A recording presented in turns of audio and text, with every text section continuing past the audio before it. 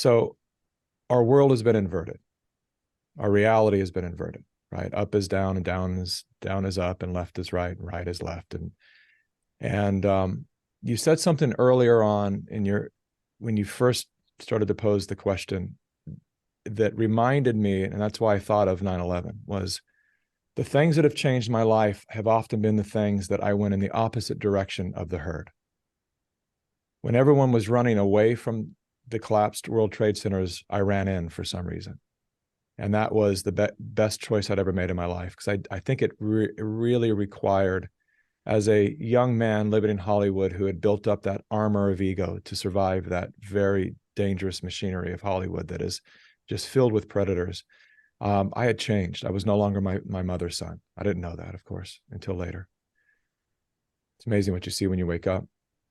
And but what a great choice I made, even though it was questionable at the time. Did I make the right choice? Because a lot of people I was with either died or they're very sick right now from the air that we were breathing. But in my case, it was all positive, all wonderful, because I made the conscious choice to make it so. And I had an experience into 40 some hours into the experience when I literally found myself in that old fable of at the crossroads of my life with the choice. And the choice was, it was presented to me in the way that this could justify a life of irresponsibility. Like I could live off the government for the rest of my life. I could be a veteran in that sense, a veteran of 9/11 experience. And I could collect government money, and also, whatever my behavior was, I could use it as an excuse of, like, I just got messed up from that experience. I could use it to really, justify a life of irresponsibility. Sure. Or I could do what I'm doing now. And so sometimes, the people are confused out there. So this is back onto your initial question about the confusion. People are confused when it's actually the easiest time ever to find truth and the right path. It's never been easier. It was tricky before, but today, whatever the mainstream media is saying on loop, it's not the truth. It's super easy to find it. So do the opposite. If they're saying, be afraid, hate that person, maybe go in the other direction. You brought up something very interesting. If I got in a time machine, there's probably no one I'd rather get in a time machine and go back and strangle to death than Adolf Hitler. And yes, we can have compassion for that poor child that was beaten into a pool of his own urine as by his father.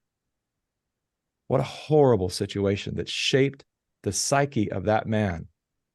And we should learn from that, but we won't learn from that through the energy of hate. We'll just hate. But the moment we apply it, we detach the man that committed some of the most horrific crimes against humanity ever to that innocent little boy that had to deal with the opened wound that his father was, that he was born into that experience. And it wasn't his choice on many levels, but it's that ability to give ourselves more credit for having the capacity to hold much more than we've been told that we can hold. We can hold that disgust and that condemnment of that man. And we can also hold compassion for understanding that he's also a cell within the organism of life, that we are just another cell in. And until we start looking at things higher like that, we'll keep repeating the Adolf Hitlers of the world. We'll keep producing them until the fathers realize, like, that's what this man produced. He produced a killer. And how many kids do we have on the street right now that were raised by the system, by the state, that their mothers were forced to not have a man in the house, and the kids were, the only security that they had, or camaraderie or tribe or connection that they longed for, was a gang. And that gang forced a child at 10 years old to go out and commit their first couple of murders so they could earn their street clout. And look at the damage that does to little guys. Look what's happening in the countries of Africa where they have child soldiers, and all these kids know they can walk right up to somebody, put a gun to their forehead, and pull the trigger and laugh. There's if they've lost their humanity, completely lost their humanity. But that's the outcome of us not remembering that we have the capacity to love beyond measure, to be compassionate beyond measure, at the same time that we can completely condemn somebody for their actions. So we're much broader, we're much more diverse, we're much more resilient and brilliant than we've given ourselves credit for, and that's by design. Because when we look at humanity in a negative light, it's very easy to harm each other. It's very easy. It starts with, the appreciation of the self. If we think we're a failed experiment and a parasite on this planet, a cancer, whatever metaphor you want to use, if that's what we think humanity is, which is one of the most dominant narratives that have been circulating for generations, then that will to live. When I saw my mom literally die 34 days later after my brother, she was a cancer survivor and would have lived, I'm sure, into her 80s easily. She'd beat it.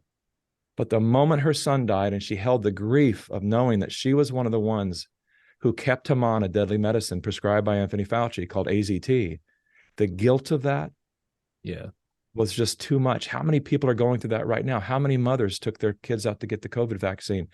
I know a few here in Texas whose, kid was a track star, can't run anymore. He's 12 years old.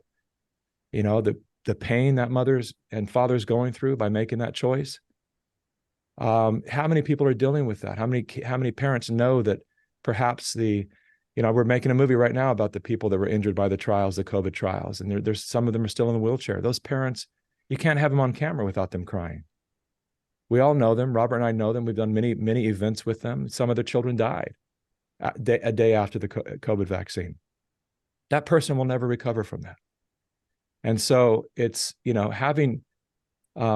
having compassion for that, to understand that's, we can rise above that, because the flip side of that, and I always do my best to, we need more than ever right now. We need to keep our energy, our vibrations up. And I will say this, that the upside to even those most horrific stories that we've heard through the last 3.5 years is that what has happened is it has birthed a generation of warriors. And I would even call them love warriors. The parents who have harmed their children are unstoppable. They're now out on the front line. The mama bears, I did an event in Minnesota last week, and it was 90% mama bears at this event. And these are women who understand they're there to protect their children. And there's nothing that will stop them. And so that's the upside of all of this too. It's awakening the giant within all of us to understand that if we can't trust our leadership, if we can't trust our institutions, if we can't trust science, what the hell do we have? And hopefully that's when we return to understand that we were born here to be sovereign, and that we carry an intelligence. We are receivers and broadcasters of infinite intelligence. And if we tune into that, we'll start making much better choices that will lead us into a much better and brighter future. And Dr. Willis has shared his thoughts